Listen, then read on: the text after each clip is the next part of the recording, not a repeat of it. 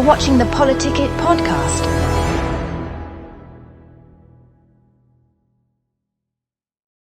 Good evening. Welcome to Politicit Podcast. I'm Senator John Johnson. We've got Randy Watt with us today. Again? Nice to have you back. I've been wanting to talk to you about this stuff going on in Iran.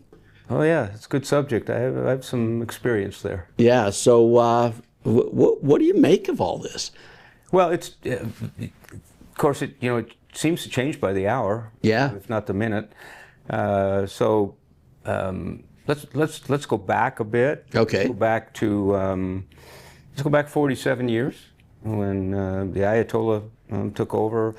A hostage situation that was settled with the election of President Reagan. Yeah.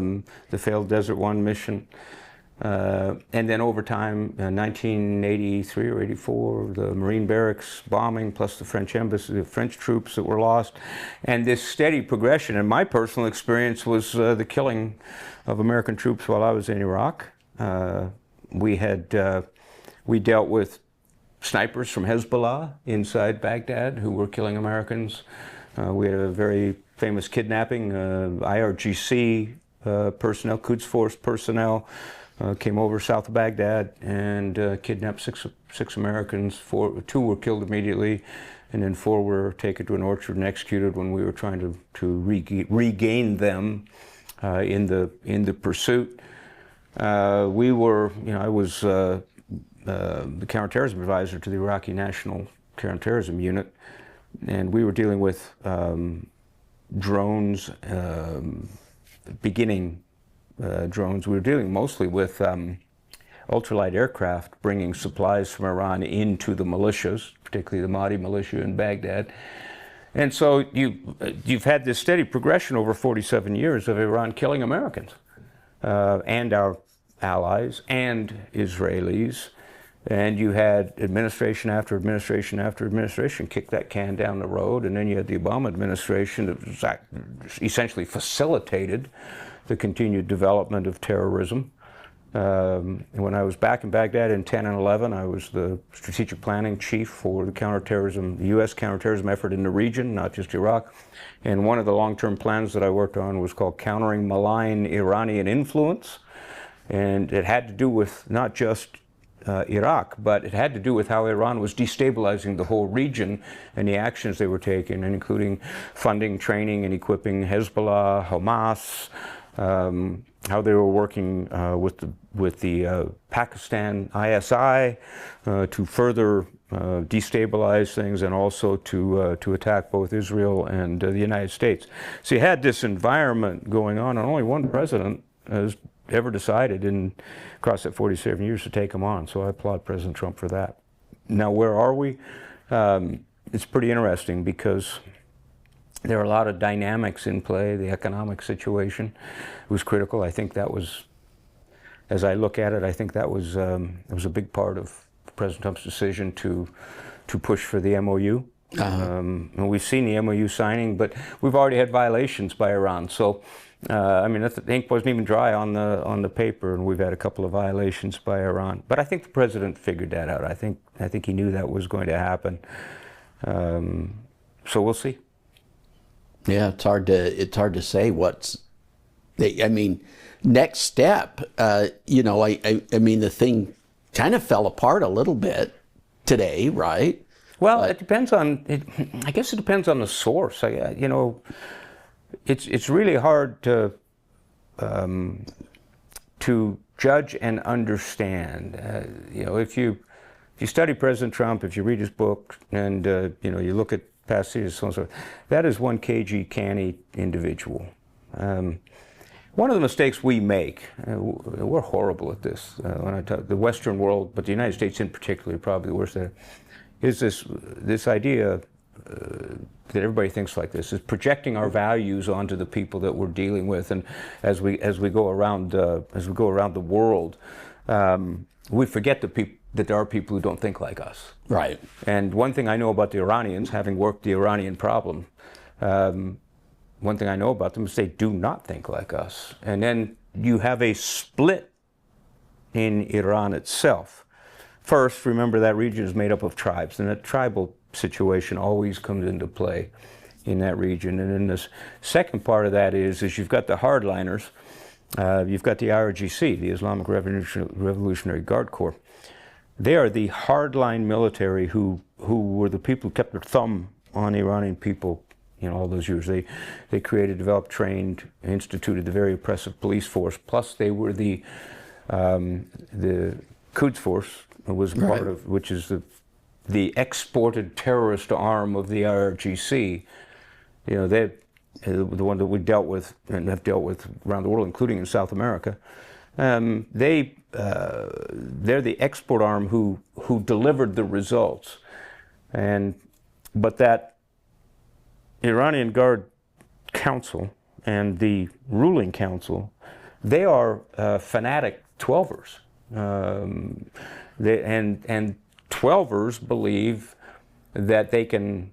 The fanatical 12ers believe that they can hasten the return of the 12th Imam, which is theologically, right, from an eschatological point of view, the end state that they desire. Is they believe, as this faction of Shia Islam, they believe they can speed up his return by creating the conditions which will bring him. Most Shia Islam believes that those conditions will be reached at some point, and the 12th Imam will return. Ali will return. The 12ers believe they can make it happen, right, if they create enough of a worldwide conflagration. So we have to kind of keep that in the back of our minds, because, for instance, we can't let them ever reach a nuclear position. We can't ever let them have nuclear weapons, which I think President Trump understands better than anybody. I think we've kind of neutralized that for now. For now. But it's all going to depend on what happens with a couple of things. First thing we look at is what they have. How do we deal with that?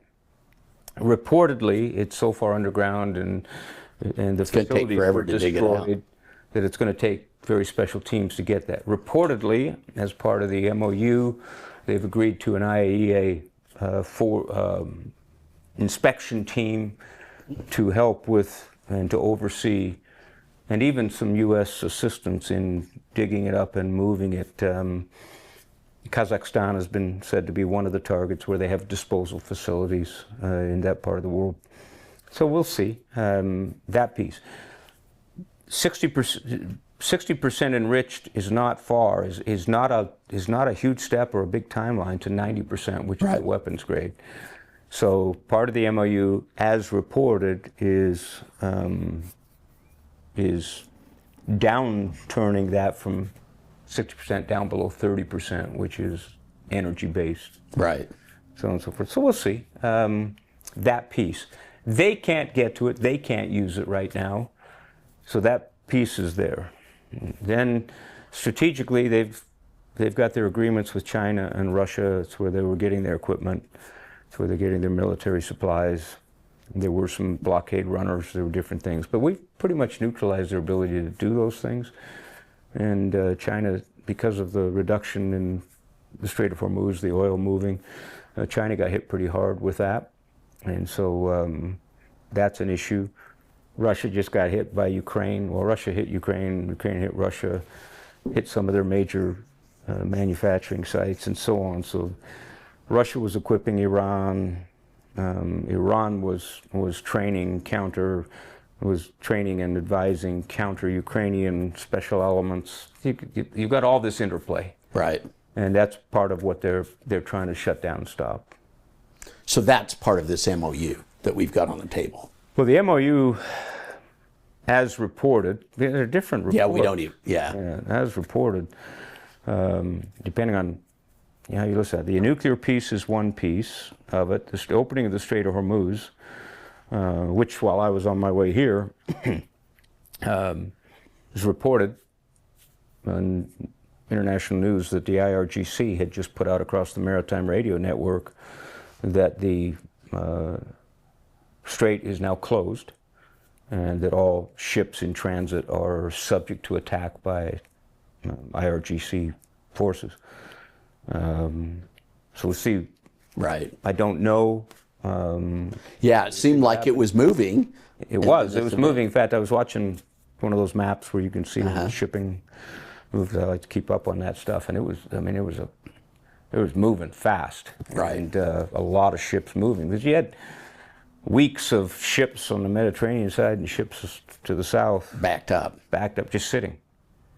All right, empty ones going to get filled ones going to move. You had a little bit of slack picked up from South America, from Venezuela, and some of the other areas of the world that have some production capacity, but not sufficient. And Iran has, and Russia had production capacity that was counted on, particularly by China. And so we'll see. We'll see what happens. Watch what happens in the Strait. If they close the Strait, I think they prove part of President Trump's point, in that he's dealing with crazy people. And then I think if they close the Strait or they attack a ship, all bets are off. Yeah. Well, we're going to take a break. Yeah. We'll come back. Tired of media bias? Frustrated by political noise? Politicit.com cuts through the clutter, giving you real facts, clear analysis, and unbiased insight on the issues that matter most. Stay informed, stay empowered. Whether it's elections, policy changes, or breaking news, we've got you covered. No spin, no agendas, just truth you can trust. Visit Politicit.com today, because informed citizens shape the future. Politicit.com, where politics meets clarity. Welcome back to Politicit. We're talking with Randy Watt. So great to have you. Yeah, it's great to be here. Yeah. So, let's talk a little bit about this data center. Sure. It seems to it seems to have really increased.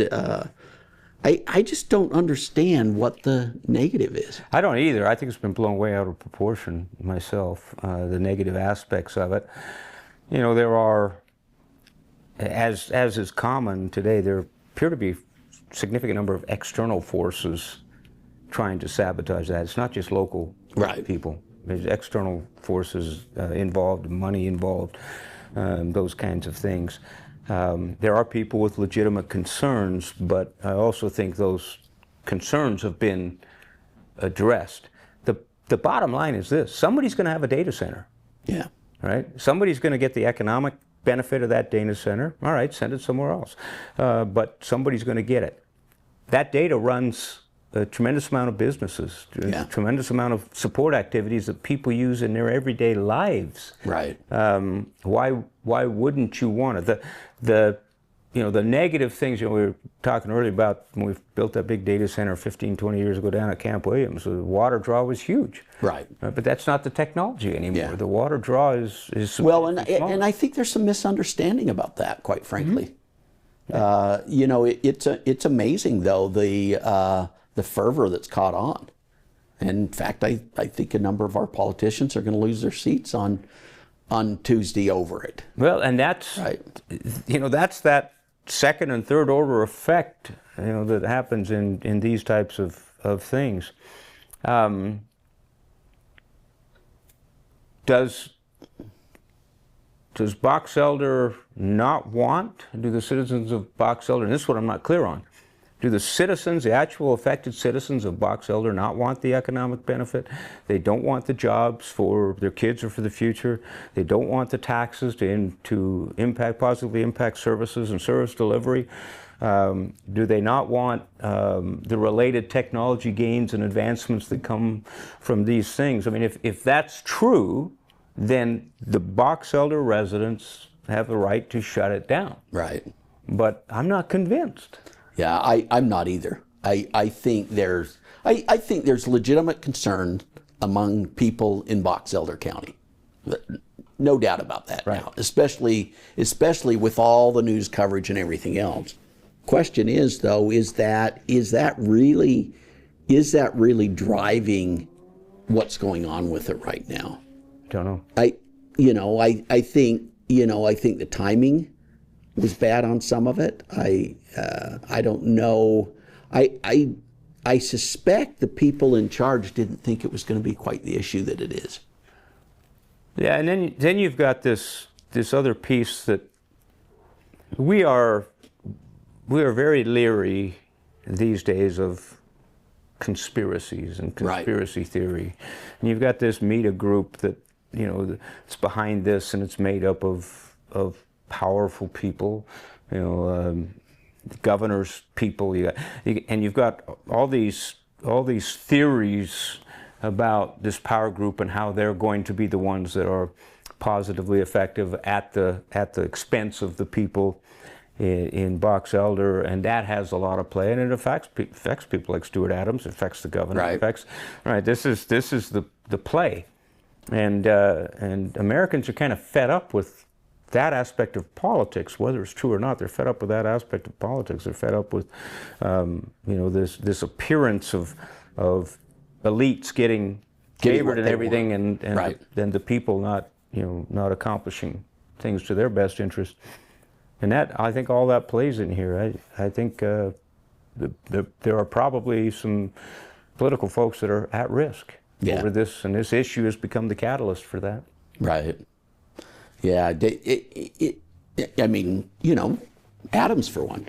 Yeah. Right. I mean, there's a clear attack point there, and that's where I think the timing of it was kind of poorly played. But I quite frankly just, knowing what I know, it's hard for me to believe that the negatives of that data center outweigh the positive aspects of it. Well, I'm in the same boat. I'm not. I'm a constitutionalist. I'm a devout conservative. So, if you could point to the fact, if I could definitively point to the fact that these citizens of Box Elder have spoken, I'd be fine with it. Right. Right. But I'm not convinced. Yeah. And it's because there's these external forces in play, because this thing is being generated in certain ways, because of some of the players who are involved in the negativity. I'm just not convinced that the true interests of Box Elder County are being served. But if in the long run, and again, we'll talk about this conspiracy theory stuff, but if as part of this, it's an attempt to unseat some longstanding politicians, then it might be working. Yeah. Yeah, because you look throughout the state. This is not the only data center project that's going on. There's several. Yeah, and those there are several existing data centers. Yeah, they just haven't got the attention that this one has, which tells you that there's a lot of political things at play in the background that could affect some elections on Tuesday. I think so. So, we're about out of time, but sure. You got any insights for us? No, I think one of the things, primarily we came here to talk about Iran. Yeah. It's early, but I still think we're in a great place. I think the president's doing a good job with this. It's not going to turn out exactly how anybody or everybody wants, and there are plenty of pundits who are making mileage. I mean, they're getting clicks, they're getting followed, they're getting stuff, they're getting advertising. There are plenty of people that are playing in that realm, good decision, bad decision, and so on. I think time is going to tell. I think the Iranians themselves, the government, the people side of Iran versus the military side of Iran, that split is so huge that I'm not sure who we are actually negotiating with, but it is not the IRGC. So how that develops and what happens over time, I think it's one of the things that's not being clearly understood is that President Trump has united the Gulf states. The Gulf States Council has come into play and said, all right, we're isolating Iran with you. Right. The $300 billion, this is the other thing that's getting, in fact, I believe outright lied about in a lot of media. There's no U.S. money in that. Right. That's out of the cooperation, the cooperative, the Gulf states. And only, based on certain performance. So it's not like President Obama flying pallet loads of cash into the place in the middle of the night at taxpayer expense. This is totally on that side. So those are all good things. The improvements to the economy, opening the strait, making the agreement to open the strait, if it stays open. Right. And which was going very well. There were a lot of ships moving. But I don't believe President Trump will allow them to close it. I think he'll hammer them again, and deservedly so. Hezbollah continually violating the ceasefire, and the Israelis reacting. President Trump doesn't like it, but sorry. Yeah. Israel has a right to defend itself, and they lost 4 soldiers, earlier today, and they hammered a bunch of Hezbollah targets in Lebanon. So be it. Israel has a right to self-defense. Every nation has an inherent right to self-defense. That's what international law is based on. So, yeah, we're good. I think we're in a good place. I think we can move forward with it. We appreciate you coming in. Yeah, no worries. Great to be here with you. Yeah, and we'll see you guys next week.